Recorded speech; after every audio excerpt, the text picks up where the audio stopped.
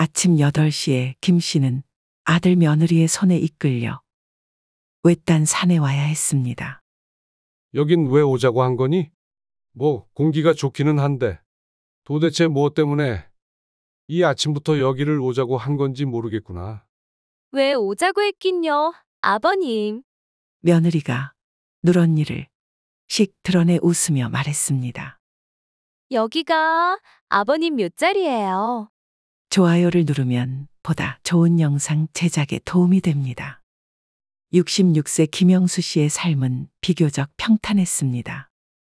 조용하고 착한 아내를 만나 아들을 하나 낳았고 큰 갈등 없이 결혼 생활을 유지했죠. 하지만 그 모든 것은 아들이 며느리 최아영을 데리고 오면서 거세게 흔들리기 시작했습니다. 일의 시작은 김 씨의 아내가 우울증을 앓게 되면서부터였습니다. 나 당신한테 할 말 있어. 할 말? 뭔데? 무섭게 왜 갑자기 분위기를 잡고 그래? 나 감기래. 감기? 갑자기 그게 무슨 소리야? 아내가 짧게 망설이다가 입을 열었습니다. 마음의 감기. 나 우울증이래. 오늘 약도 받아왔어. 나이 60에 찾아온 마음의 병.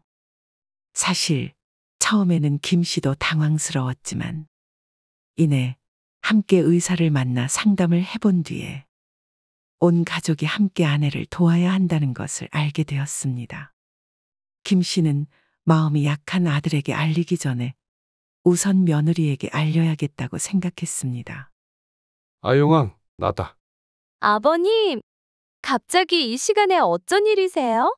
다른 게 아니라 네 시엄마 관련해서 전달할 게 있어서 전화했다. 가까운 동네에서 카페를 운영하는 며느리 아영은 좋게 말하면 똑 부러진 성격이고 나쁘게 말하면 약삭 빠른 면이 강했습니다. 김 씨가 상황을 알리자 며느리는 짧게 놀라더니 이내 금방 답을 내놓더군요. 아, 정말요? 어머니께서 우울증이요? 아, 진짜 너무 힘드시겠다. 의사는 만나보셨어요? 그렇지 않아도 만나고 오는 길이야. 의사가 하는 말이 이런 질환들은 온 가족이 함께 나서서 도와줘야 한다고 하더구나. 같이 산책도 하고 이야기도 들어주고 말이야. 사실 말을 하면서도 김 씨는 며느리에게 많은 것을 기대하지 않았습니다. 그저 가족으로서 의뢰하는 말 정도. 도와드릴 게 있다면 언제든지 말씀해 달라는 말 정도라도 기대했죠. 하지만 아, 그렇구나. 앞으로 정말 힘드시겠어요, 아버님. 응? 힘드시겠다고요. 의사가 그랬다면서요. 가족이 더 열심히 도와야 한다고. 그러면 곁에 있는 가족인 아버님 부담이 더 커지잖아요. 며느리는 말을 정말 기분 묘하게 하는 재주가 있었습니다. 하지만 한 가지는 분명히 느낄 수 있었죠. 아영이가 지금 이 상황에 엮이기를 싫어하는구나. 아예 이해가 되지 않는 건 아니었어요. 사실 어느 누가 남의 질병을 함께 치료하고 싶겠나요? 그저 무거운 짐으로만 여기고 귀찮아할 뿐이죠. 하지만 김 씨의 입장에서 서운한 마음이 드는 건 사실이었습니다. 왜냐하면 지금 며느리가 운영하고 있는 카페는 다름 아닌 아내가 빌려준 돈으로 차린 거였거든요. 애초에 며느리는 카페를 차릴 능력도 없었지만 아내가 도와주고 싶다고 한 거였죠. 심지어 김 씨는 반대했는데도요. 아영이 부탁을 들어주고 싶다고? 거참, 난 반대야. 아무리 고부간이라도 금전거래라니. 게다가 아영이 걔가 얼마 빌려달라고 했댔지? 5천만 원. 5천만 원이라니. 그게 어디 적은 돈이야? 심지어 우리가 엄청 여유가 있는 것도 아니잖아. 말 그대로 우리 노후 자금에서 생살 떼서 며느리한테 내어주는 격이라고. 김 씨의 반대에도 당시의 아내는 그저 너그러운 미소를 지으며 말했습니다. 나도 알아. 하지만 아영이가 우리한테 처음으로 한 부탁이잖아. 걔가 좀 이기적인 구석이 있어도 어디 가서 손에 날 짓을 할 아이도 아니고. 무엇보다 아내가 창밖을 바라보며 희미한 미소를 짓고는 말했습니다. 나도 젊었을 적에는 카페를 하고 싶었거든. 당신한테도 한번 이야기했었는데 기억 안 나? 글쎄, 요즘은 기억이 영 가물가물해서. 여하간 나는 이번에 아영이를 도와주고 싶어. 나 대신 걔라도 카페를 열어서 사람들을 응대하고 자기 사업을 하는 모습이 보고 싶달까. 아니, 그러면 그냥 지금이라도 당신이 하면 되잖아. 내가? 어휴, 됐어. 아내가 손사래를 쳤습니다. 그렇게 말하며 아내가 자리에서 일어났는데 허리 때문에 절뚝이는 걸음이 눈에 띄었습니다. 오래전 병원의 실수로 후유증이 남은 허리 수술. 아내의 아픔이 김 씨의 머리를 스쳤습니다. 그런 김 씨를 바라보며 아내가 씁쓸한 미소를 지어 보였습니다. 남들은 60에도 청춘이라는데 내 몸에는 그놈의 청춘이 왜 이리도 일찍 떠나가 버린 건지. 지금 몸으로는 카페는커녕 이 앞에 산책도 혼자서는 제대로 못 가는 거 당신도 알잖아. 아내의 말을 김 씨는 차마 부정하지 못했습니다. 그렇게 아내의 큰 결심과 너그러움 덕분에 열게 된 며느리의 카페였는데, 그랬는데 정작 그런 자기 시엄마에게 도움이 필요해지니 이리 외면하다니요. 김 씨로서는 배신감을 느낄 수밖에 없었습니다. 며느리와의 통화를 마치고 나서 김 씨는 한동안 침묵 속에 주방 식탁에 앉아 있었습니다. 아들놈한테 연락하기 전에 뭐라도 도움을 얻어보려고 며느리한테 전화를 한 건데 오히려 이렇게 자기가 나서서 안 돕겠다는 듯이 선을 그어버릴 줄이야. 고개를 들어 시간을 보니 오후 1시. 새벽까지 잠을 자지 못하던 아내가 이제는 깨어날 시간이었습니다. 당신 일어났어? 물 응? 좀 줘. 아내의 말에 김 씨는 얼른 자리에서 일어나 물을 떠다 주었습니다. 물을 받은 아내의 다른 손에는 약봉투가 들려 있었죠. 깊은 잠을 못 자서 그런가. 자꾸 머리가 아프네. 처음에는 뭣도 모르고 달려들었던 마음의 병치료는 점점 사람을 지치게 만들었습니다. 아내가 먹는 정신과 약은 아내의 기분을 띄워주기도 가라앉히기도 했고, 그런 아내의 변화를 오롯이 홀로 감당하는 것은 바로 남편인 김 씨의 몫이었죠. 약을 먹고 난 아내가 조용히 한숨을 돌리고 나면 김 씨가 조심스럽게 입을 열었습니다. 오늘 기분은 좀 어때? 당신 좋아하는 개천으로 산책이나 나가볼까? 그런 질문 좀 하지 말라니까. 응? 눈을 끔뻑이던 김 씨에게 아내가 신경질적으로 말을 이었습니다. 기분이 어떠니? 저쩌니? 그런 질문들 말이야. 듣고 있으면 짜증난다고. 꼭 내가 정신질환자 같잖아. 아, 그래, 그렇지. 미안. 평생 김 씨의 곁에서 조용히 내조를 해주었던 아내는 병을 판정받은 이후로는 점점 더 신경질적으로 변해갔습니다. 일단 커튼부터 좀 쳐볼까? 햇볕을 봐야지. 하지 마. 아이 참 그래도 사람이 햇빛을 봐야 기분이 좋아지지. 하지 말라니까. 왜 일어나자마자 사람 힘들게 하는 건데. 아내의 말에 김 씨는 꿀먹은 벙어리처럼 입을 다물었습니다.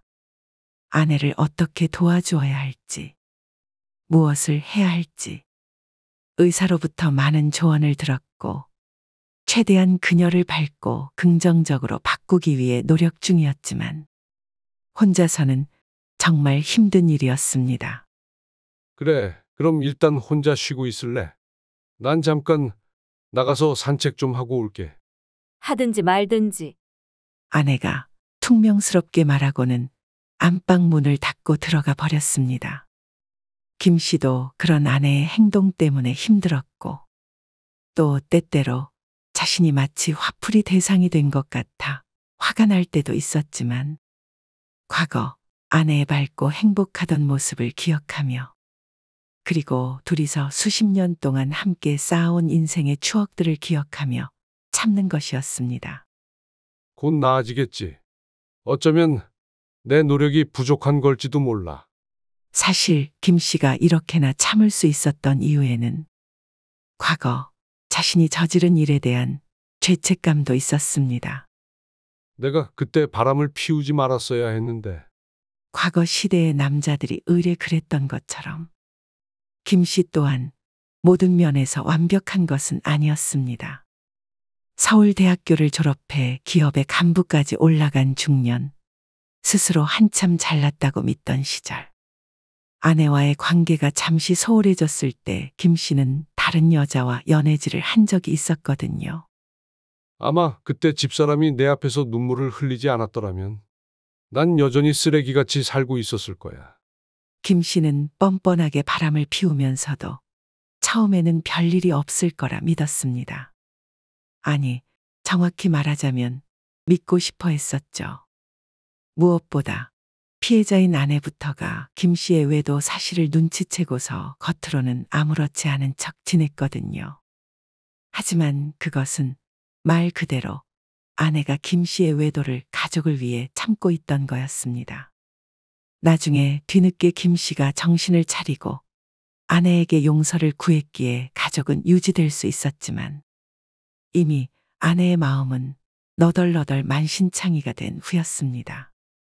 내가 멍청한 놈이지. 김 씨가 한숨과 함께 산책을 마치고 자리에서 일어났습니다. 그러다 문득 아들에게 전화를 해봐야겠다는 생각이 들었습니다. 워낙 마음이 유약한 놈이라. 자기 엄마가 아프다는 소식을 들으면 기절할까 무섭기는 하지만 어쩌겠어. 이대로 가만히 놔둘 수도 없고. 어찌되었건 아들도 자기 엄마가 아프다는 소식은 들어야 했기에 김 씨는 고민 끝에 전화를 걸었습니다. 여보세요? 잠깐 통화되니? 아, 지금 좀 바쁘긴 한데. 뭐 하고 있는데 그래? 게임이요. 한참 중요한 순간이라 집중해야 하거든요. 게임을 하고 있다는 아들의 말에 김 씨는 시간을 확인했습니다. 오후 3시. 아들 나이대의 다른 사람들이라면 열심히 직장에서 일을 할 시간대였습니다. 너 지난번에 국가에서 지원하는 무슨 취업 프로그램 들어간다고 하지 않았었니? 그건 어떻게 하고 지금도 집에 있는 거야? 저랑 잘 안 맞아서 그건 그냥 그만두기로 했어요. 아빠, 나 지금 엄청 바쁘거든요. 그러니까 빨리 용건만 간단하게 말해주세요. 아들의 말에 김 씨는 한숨부터 나왔습니다. 어릴 때는 착한 성품이 장점이었던 아들은 성인이 되고 나서는 이상하리만치 자기 아내에게 의존적이고 남자답지 못한 덩치만 큰 어른이 되어가고 있었기 때문이었습니다. 그때였습니다. 설마 엄마 우울증 걸렸다는 소리 하시려고 전화하신 건 아니죠? 아니, 너도 알고 있었니? 좀 전에 집사람한테 들었어요. 많이 심한 거예요? 막 약도 먹고 그러세요? 김 씨는 아들에게 아내의 상태를 설명하면서도 묘한 이질감에 불쾌한 기분을 숨길 수 없었습니다. 그도 그럴 것이 아들은 마치 자기 엄마가 아픈 것이 아니라 자기랑 전혀 관련 없는 다른 사람이 아픈 것처럼 말하고 있었거든요. 약도 먹고 나랑 병원도 정기적으로 가서 치료 중이다. 의사가 그러더구나. 치료에 가장 중요한 건 약이랑 더불어서 주변 사람들의 도움이라고 말이야. 그러니까 가족인 우리가 도와야 하지 않겠니? 김 씨는 말을 하면서도 불안함을 느끼는 자신이 그리고 이 상황이 정말 마음에 들지 않았습니다. 부모가 자식을 돌보는 것은 당연한 세상의 이치인데 왜 반대의 상황이 되면 자식이 부모를 도와야 하는 상황이 되면 부모는 자식의 눈치를 이토록 봐야 하는 건지요. 그런데 네? 아빠, 잘 못 들었어요. 성의 없이 대답하는 아들의 목소리 너머에서는 게임 소리가 연신 들려왔습니다. 순간 김 씨는 화가 치밀었습니다. 자기 엄마가 아프다는데 그 힘들다는 마음의 병을 얻어서 치료받고 있다는데 어찌 이리 무신경할 수 있단 말인가요? 참아야 한다는 걸 알면서도 그간 참아왔던 스트레스가 욱 하고 올라왔습니다. 너 이놈 자식. 정말 이럴 거냐? 다른 사람도 아니고 너를 낳아준 네 엄마가 아프다는데. 나야, 너한테 제대로 된 애비 노릇 못한 거 안다. 하지만 네 엄마는 아니잖아. 너를 눈에 넣어도 아프지 않겠다며 키운 엄마야. 그런데 그런 엄마한테 지금 네 태도가 정말 올바른 거냐? 아니, 그게 제가 우울증에 대해서 잘 모르기는 하지만 뭐 그렇게 대단한 병은 아니지 않아요? 요즘 동영상 보니까 우울증 아닌 사람이 없던데? 내가 방금 무슨 소리를 들은 거지? 아들의 무신경함에 김 씨는 할 말을 잃고 말았습니다. 이 녀석이 대체 무슨 생각으로 나를 대하고 있는 것인지, 그리고 무슨 생각으로 지금껏 아내를 대해왔던 것인지 의아했고, 어쩌면 애초부터 김 씨 자신의 가정교육에 큰 하자가 있었던 걸까 하는 의문마저 들었습니다. 아니, 저도 정상적인 사람이잖아요, 아빠. 어디 뉴스에나 나오는 사이코패스가 아니고요. 만약에 엄마가 어디 심각한 암에라도 걸렸으면 제가 당장 달려가서 돌봐드렸겠죠. 하지만 그게 아니잖아요? 뭐라 그랬더라? 아, 그래. 마음의 감기? 그냥 마음에 걸린 감기 같은 거라면서요? 아빠는 감기 걸린 사람한테 적당히 약 먹고 나으라고 하지. 온 가족이 나서서 돕진 않으실 거 아니에요? 아들은 진심으로 자기 엄마의 상태를 과소평가하고 있었던 겁니다. 아들의 부족하고 무성의한 현실 감각이 김 씨의 마음을 아프게 만들었습니다. 그래서 소식을 듣고도 네 엄마한테 전화 한 통 하지 않았던 거냐? 말 그대로 감기라고 생각해서? 뭐 대충 그런 거죠. 진짜 엄청 심각한 거라고 생각했으면 진작에 제가 달려가 도와드렸죠. 저 이래봬도 꽤 효자잖아요. 그 와중에 농담을 던지는 아들의 말에 김 씨의 인내심이 마침내 폭발하고 말았습니다. 너 두 번 다시 나한테 전화하지 마라. 네? 아니, 아빠! 너 같은 놈 자식으로 둔 적 없다. 한 번만 더 나나. 내 아내한테 전화하면 아주 묵사발을 내줄 테니까 다시는 전화하지 마. 김 씨의 선언에 아들은 당황한 듯 보였고, 실제로 당황한 게 분명했습니다. 김 씨가 홧김에 말을 쏟아부은 지 며칠 지나지 않아 아들과 며느리가 선물을 싸들고 집에 찾아왔거든요. 아버님, 어머님, 저희 왔어요. 며느리 아영이가 특유의 알랑대는 톤으로 입을 열었습니다. 김 씨는 마음 같아서는 문도 열어주고 싶지 않았지만 아들을 보고 싶다는 아내의 말에 어쩔 수 없이 문을 열었죠. 도대체 이 녀석들이 무슨 소리를 하러 온 걸까? 그리고 왜 온 걸까? 온갖 고민들이 머리를 스치던 즈음 며느리가 갑자기 뚝, 뚝, 닭똥 같은 눈물을 흘리기 시작했습니다.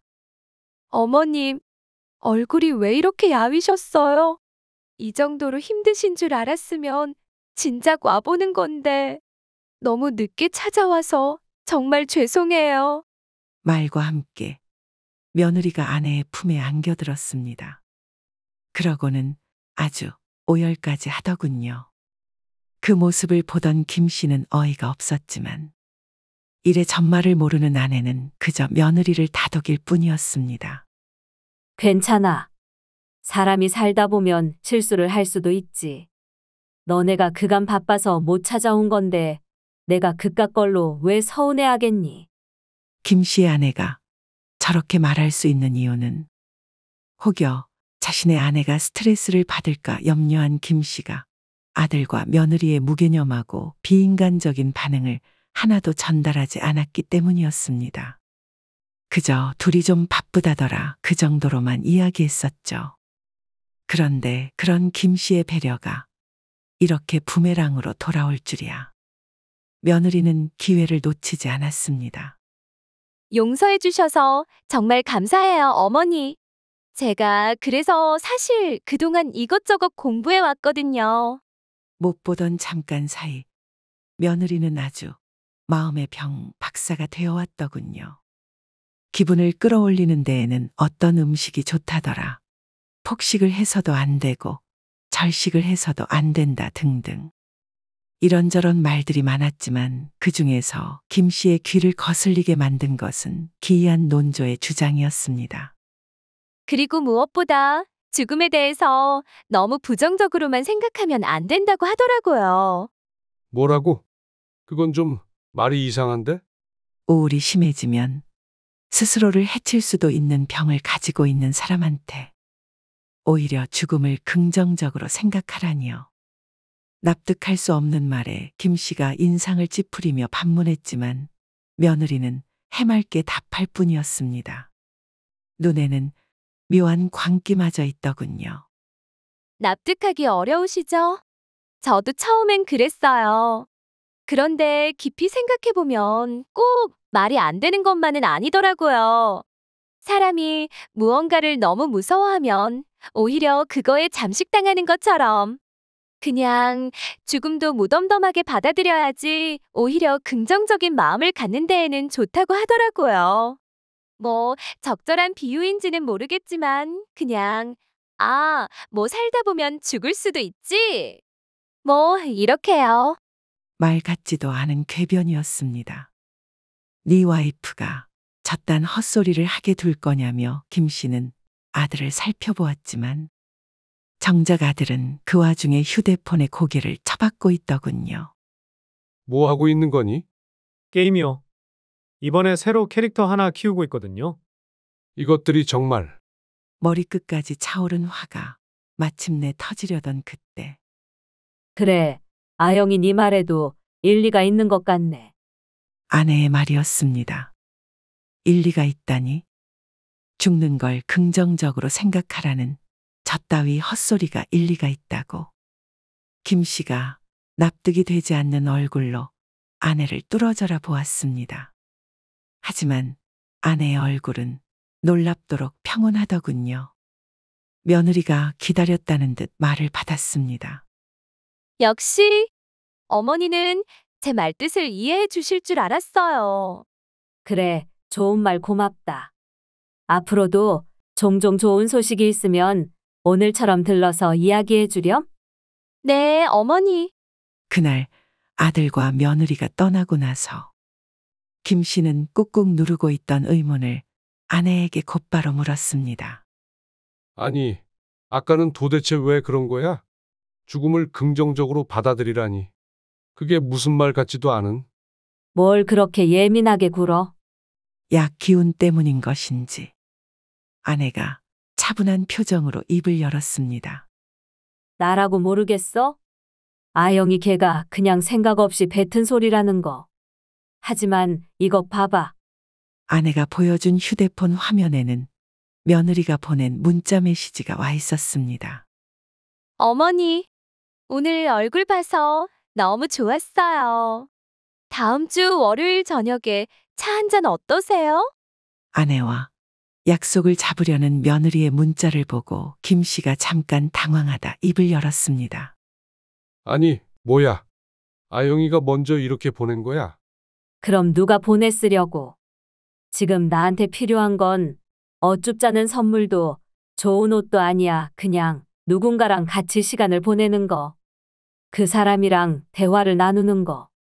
그게 필요한 거지. 김 씨는 아내의 지혜에 입을 다물 수밖에 없었습니다. 그러니까 애초부터 아내는 며느리가 이상한 소리를 한다는 것 정도는 간파하고 있었지만 그런 며느리를 자기 생각대로 행동하도록 움직이기 위해 말을 받아준 것이었으니까요. 아내와 며느리의 만남은 그렇게 시작되었습니다.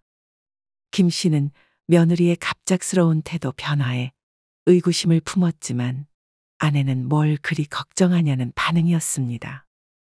왜 그런 얼굴이야? 아영이랑 내가 만나는 게 싫어? 아내가 카페에 나가기 전 옷매무새를 가다듬으며 물었습니다. 김 씨는 무언가 말하려다 입을 다물었습니다. 아니, 그런 건 아닌데. 아영이 걔가 당신도 알다시피 자기 이득이 되지 않으면 쉽게 움직이는 애가 아니잖아. 그런데 갑자기 왜 이렇게 당신한테 살갑게 구는 건지 이해가 되질 않아서 말이야. 글쎄, 어쩌면 내 유산이라도 노리는 걸지도 모르지. 뭐라고? 김 씨가 화들짝 놀라 묻자 아내가 킬킬대었습니다. 농담이야, 농담. 당신 무서워서 이제 농담도 제대로 못하겠네. 내가 말했잖아. 아영이 속은 내가 훤히 꿰뚫고 있다니까? 아내의 말투는 예전처럼 밝았지만 김 씨는 그 속에 담긴 공허함을 느낄 수 있었습니다. 하지만 김 씨 또한 과거에 밝았던 아내가 그리웠기에 지금의 의심이 어쩌면 그저 자신의 착각일지도 모른다고 믿고 싶었죠. 그렇게 시작된 아내와 며느리의 만남은 주 1회에서 2회로 카페에서 맛집으로 때로는 영화관으로 늘어갔습니다. 김 씨는 그런 아내의 모습을 보며 안도했습니다. 며느리의 의도가 무엇이든 아내의 표정이 조금씩 밝아지는 것만으로도 감사했으니까요. 여보, 오늘은 아영이랑 남산에 다녀올 거야. 걷기 운동이 좋대. 그래? 근데 허리는 괜찮겠어? 괜찮아. 요즘 많이 나아졌어. 김 씨는 점점 활기를 찾아가는 아내를 보며 처음으로 희망을 느꼈습니다. 어쩌면 이대로 천천히 나아질 수 있을지도 모른다고요. 그러나 한 달이 지난 어느 날 김 씨는 우연히 약통을 발견했습니다. 아내가 처방받은 우울증 약. 그런데 문제는 약들이 먹지 않은 그대로였다는 거였습니다. 약들이 처음 처방받은 상태 그대로 남아있잖아. 뭐지? 설마. 아내가 약을 전혀 복용하지 않았다는 사실에 김 씨는 당혹스러웠습니다. 저녁 식사 후 조심스럽게 아내에게 물었죠. 당신 혹시 요즘 약은 잘 먹고 있는 거야? 김 씨의 물음에 아내는 올 것이 왔다는 듯 잠시 침묵하더니 담담하게 대답했습니다. 안 먹고 있어. 왜? 의사가 처방해준 약이잖아. 당신한테 필요할 거라고. 아영이가 그러더라고. 약에 의존하면 오히려 나빠질 수 있대. 자연스럽게 이겨내는 게 좋다고. 갑자기 며느리 이름이 언급되자 김 씨의 인상이 저절로 찌푸려졌습니다. 아영이가 그런 말을 했다고? 그 애가 의사야? 당신 담당이는 약을 먹으라고 했잖아. 김 씨의 간곡한 말에도 아내는 고개를 가로저을 뿐이었습니다. 아영이가 믿을 만한 자료를 찾아왔더라고. 요즘은 자연치유가 더 효과적이라나 뭐라나. 아니, 아무리 그래도 의사가 복용하라고 한 기간까지는 일단 약을 먹어보는 게. 당신, 지금 나 못 믿는 거야? 내가 좋아지고 있다는데. 뭐가 문제야? 아내의 목소리가 높아졌습니다. 그 순간 김 씨는 아내의 눈빛에서 불안정함을 발견했습니다. 분명 예전보다 활기차 보였지만 그것은 마치 위태로운 줄타기처럼 보였죠. 당신 지금 조금 이상해. 그래서 걱정되고. 뭐가? 대체 뭐가 이상한데?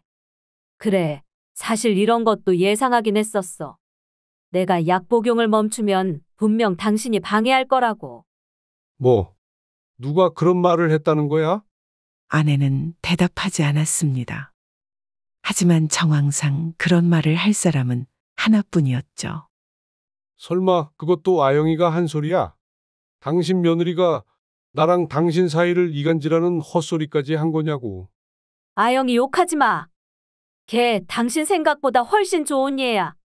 걔 덕분에 내가 좋은 곳은 얼마나 많이 갔는데. 눈앞에서 이성을 잃고 침까지 튀기며 열렬히 며느리를 변호하는 아내의 모습에 김 씨는 그만 할 말을 잃고 말았습니다.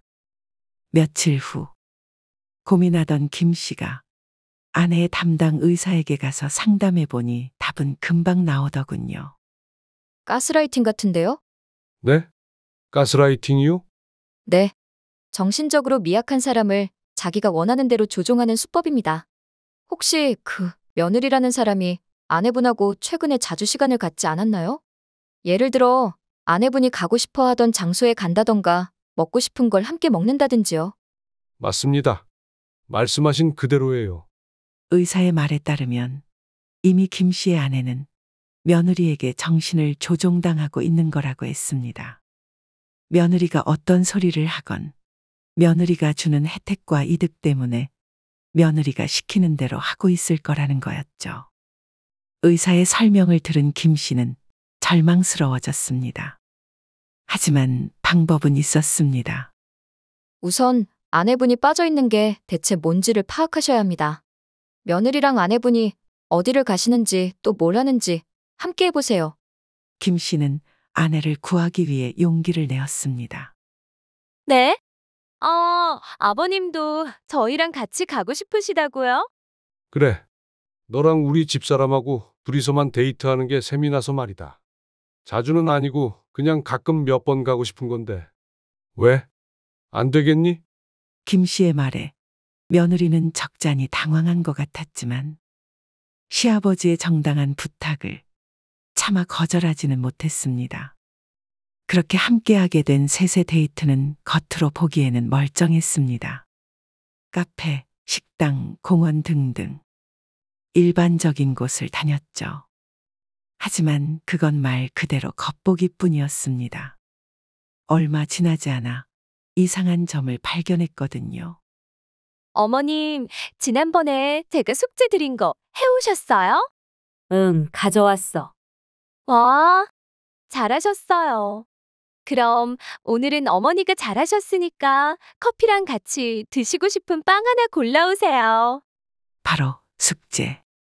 며느리는 김 씨의 아내를 마치 어린아이 취급하며 자신이 하는 요구에 따르면 그에 따른 상을 주고 아니면 벌을 주었습니다. 이번에는 숙제를 깜빡하셨네요. 그럼 오늘 저는 이만 갈게요. 자, 잠깐만. 이번엔 정말 내가 깜빡한 거야. 안 돼요. 제가 전에 말씀드렸죠. 규칙이 가장 중요한 거라고요. 며느리는 마치 정말 떳떳한 일이라도 하는 것처럼 김 씨 앞에서 태연하게 그 짓거리를 하고 있었습니다. 보다가 기가 찬 김 씨가 며느리에게 가서 말했습니다. 너 지금 뭐 하는 거니? 네? 뭐가요? 뭐가요는 뭐가요야. 네 시엄마가 무슨 초등학생이야? 네가 숙제를 내오면 그대로 따라야 하게. 아, 난 또 무슨 말이라고. 며느리는 피식 웃더니 가방에서 작은 잡지를 꺼내 보였습니다. 뭔가 싶어서 펼쳐보니 규칙을 통한 정신질환 바로잡기라는 제목이더군요. 대부분의 정신질환 환자들이 불규칙한 일상 때문에 더 힘든 거라고 하더라고요. 그래서 전 어머니께 규칙을 드린 거예요. 우울감에 젖을 생각 자체를 못 하시게요. 아니, 이게 무슨... 제 말을 믿지 않으셔도 돼요. 전 그냥 여기 책에 나온 대로 했을 뿐이니까요. 그때였습니다. 당신은 끼어들지 마. 아내가 김 씨의 팔을 힘주어 잡아 말리며 한 소리였습니다. 마치 김 씨가 며느리와 자신의 행복에 방해라도 된다는 것처럼 아내는 김 씨에게 재차 말했습니다. 아영이 말이 맞아.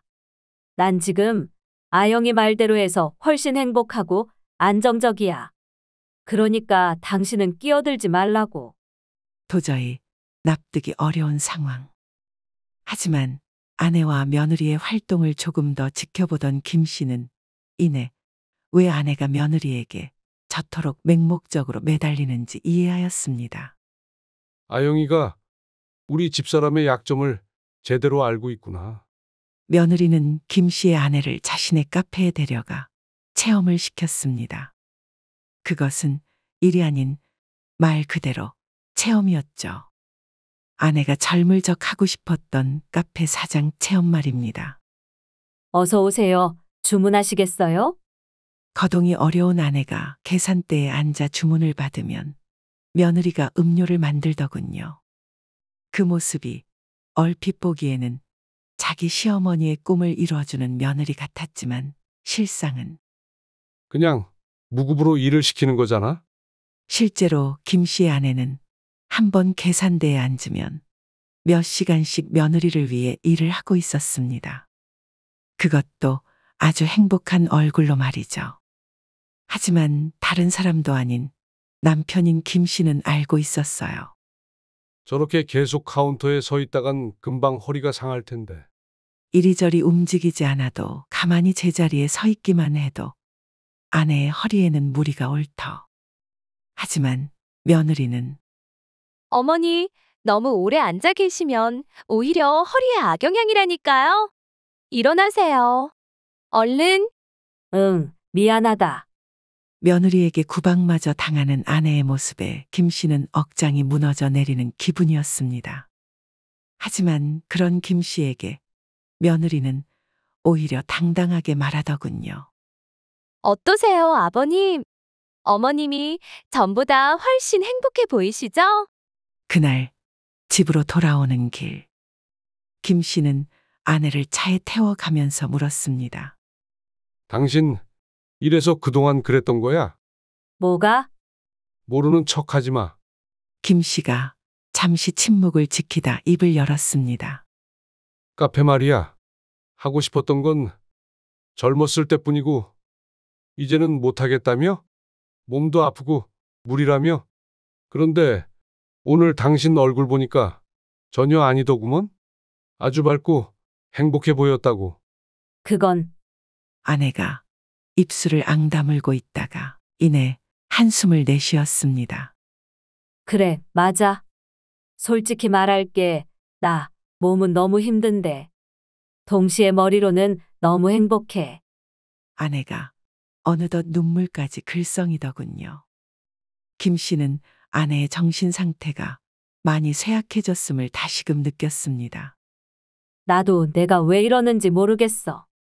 울었다가 웃었다가 며느리 말을 듣고 싶다가 갑자기 다 그만두고 싶다가 어느 날은 자고 있는 당신 얼굴에 물을 끼얹고 싶다가도 또 어느 날에는 사랑하는 마음이 너무 커져. 그러니까 지금의 난 아내가 절망적인 어투로 말을 이었습니다. 정상이 아닌가 봐. 그날 밤 김 씨는 아내와 함께 침묵 속에 잠에 들었습니다. 복잡한 생각이 정리되지 않아 새벽녘까지 잠을 설치다 겨우 잠이 든 상황 속에서 김 씨는 꿈을 꾸었죠. 꿈속에서 이른 아침에 김 씨는 아들 며느리의 손에 이끌려 외딴 산에 와야 했습니다. 여긴 왜 오자고 한 거니? 뭐 공기가 좋기는 한데 도대체 뭐 때문에 이 아침부터 여기를 오자고 한 건지 모르겠구나. 왜 오자고 했긴요, 아버님. 며느리가 누런이를 씩 드러내 웃으며 말했습니다. 여기가 아버님 묘자리예요. 뭐 그게 무슨 소리냐? 어느새 며느리가 땅을 파서 관을 열고는 말했습니다. 자, 얼른 어머님이랑 들어가세요. 그게 정신 건강에 좋대요. 아, 안 돼. 비명을 지르며 꿈에서 깨어난 김 씨는 온몸이 땀에 젖은 자신을 발견했습니다. 하지만 그런 소란에도 아내는 두 눈을 감고 곤히 잠이 들어 있더군요. 김 씨가 조심스럽게 손을 뻗어 아내의 허리와 무릎을 만져보았습니다. 퉁퉁 부었네. 하긴 성치 않은 몸으로 계산대에 서서 계속 일을 했으니. 죽음을 상징하는 꿈과 더불어 이내 김 씨는 이대로 아내를 방치했다간 끔찍한 일이 벌어질 수 있다는 생각이 들었습니다. 황혼에 가까워져서야 소중함을 깨닫게 된 아내인데 허망하게 잃고 싶지 않았습니다. 천천히 이부자리를 정리하고 방을 빠져나왔습니다. 샤워를 하고 옷을 단정하게 입었습니다. 이대로 내가 가만히 있어서는 안 되겠어. 김 씨는 중요한 것을 모아둔 서랍을 열었습니다. 거기에는 며느리에게 빌려준 카페 창업자금 차용증이 있었습니다. 이거면 충분하겠구만. 서류를 챙긴 김 씨는 망설임 없이 며느리의 가게로 향했습니다. 아침 오픈 준비를 하던 며느리는 예고도 없이 찾아온 시아버지가 의아하다는 듯 쳐다보았죠. 아버님, 말씀도 없이 어쩐 일이세요? 커피 한 잔 뽑아드릴까요? 며느리의 말에 김 씨는 고개를 가로저었습니다. 됐다. 커피 같은 거 마시러 온 게 아니니까. 네? 그러시면 어떤 일 때문에 오신 걸까요? 며느리의 물음에 김 씨는 말없이 조용히 카페를 구석구석 살폈습니다. 좌석은 모두 없애고 계산대에는 편하게 앉을 수 있는 이동식 의자를 하나 두면 되겠구만. 음료 제조는 내가 알아서 하고 말이야. 며느리는 혼잣말을 하며 카페 안을 이리저리 살피는 김 씨를 불안하게 살폈습니다. 마침내 카페 마지막 구석까지 살핀 김 씨가 입을 열었습니다. 이 카페 내가 인수하마. 네? 이 인수라니요? 갑자기 그게 무슨 말씀이세요? 말 그대로다. 넌 여기서 손을 떼고 당장 나가라. 카페는 내가 인수해서 집사람하고 같이 운영할 테니까. 아니. 아버님, 갑자기 그렇게 무턱대고 말씀하시면 설마 어머님께서 이 카페에서 일하시는 것 때문에 그러세요? 김 씨는 대답하지 않았습니다. 그러자 며느리가 잠시간 눈알을 이리저리 굴리더니 욕심을 드러내더군요. 알겠어요. 아버님 뜻이 정 그러시다면 저도 가족을 돕는 마음으로 가게를 넘겨드릴 수는 있죠. 그러니 네. 그럼 일단 인수 비용은 5천만 원. 네? 아니. 갑자기 그게 무슨 말씀이세요? 사색이 된 며느리가 따지기 시작하자 김 씨는 말 대신 들고 온 차용증을 내밀었습니다. 네가 우리한테 빌려간 돈 5천만 원 차용증이다. 이 돈 지금 당장 나한테 주던지 아니면 카페를 나한테 넘기고 나가라. 네? 아니 그게 무슨 말도 안 되는 억지예요. 여기 당장 정리만 해도 2억은 넘게 나온다고요. 허세 부리지 마라. 상권도 멀리 떨어져 있고 애초에 너 혼자 돈 아낀답시고 인테리어도 대충 해서 아무리 많이 쳐줘봤자 1억 이내야. 자, 그런데 말이다. 너 우리한테 납입하기로 한 이자 한 번이라도 제대로 준 적 있니? 네? 아니. 그건 없지. 그럼 그간 밀린 이자 당장 줄 수 있니?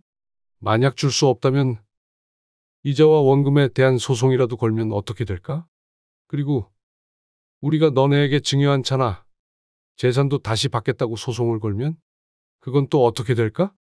아무리 못해도 난 이 카페 정도는 가볍게 받아낼 수 있으리라 믿는다.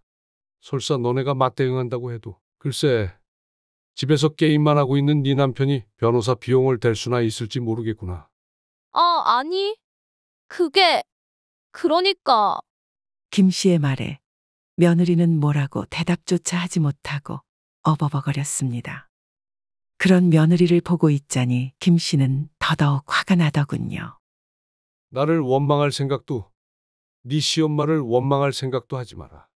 솔직히 말해서 마음 같아서는 너네에게 한 푼도 주지 않고 길바닥으로 내쫓고 싶은 걸 간신히 참고 있는 중이니까. 아영아, 이제 솔직히 말해보자. 네가 나한테 보여준 책들 그리고 우리 집사람한테 짓거렸던 치료법들 정말 모두 정상적인 치료법이니? 만약 지금 이 자리에서 거짓말을 한다면 난 즉시 그것도 포함해서 널 경찰에 신고할 생각이다. 정직하게 말한다면 봐주마. 자, 네가 그렇게 떳떳하다면 어디 한번 대답해봐라. 며느리는 입만 뻐끔거릴 뿐 한마디도 내뱉지 못했습니다. 그리고 그 모습에 김 씨는 깊은 절망감과 환멸을 느꼈죠. 일주일 시한 주마. 그때까지 우리 앞으로 카페 인수되도록 서류 작업 마무리해라. 집사람이나 다른 사람한테 이 사실을 알리는 건 금물이다. 그리고 분명히 말하는데 김 씨가 며느리의 눈앞에 다가가 힘주어 말했습니다. 우리 집사람한테 2번 다시 나 몰래 연락하지 마라. 만약 그랬다간 그때는 정말 길바닥 거지 신세로 만들어줄 테니까. 일주일이 지났습니다. 김 씨는 아내에게 알리지 않은 채 카페 인수 작업에 착수했죠. 그 사이 아들의 항의가 이어졌지만 그건 미약할 뿐이었습니다. 게임에 빠져서 지 엄마가 무슨 꼴을 당하는지도 모르던 놈이 대체 무슨 주제로 참견을 해.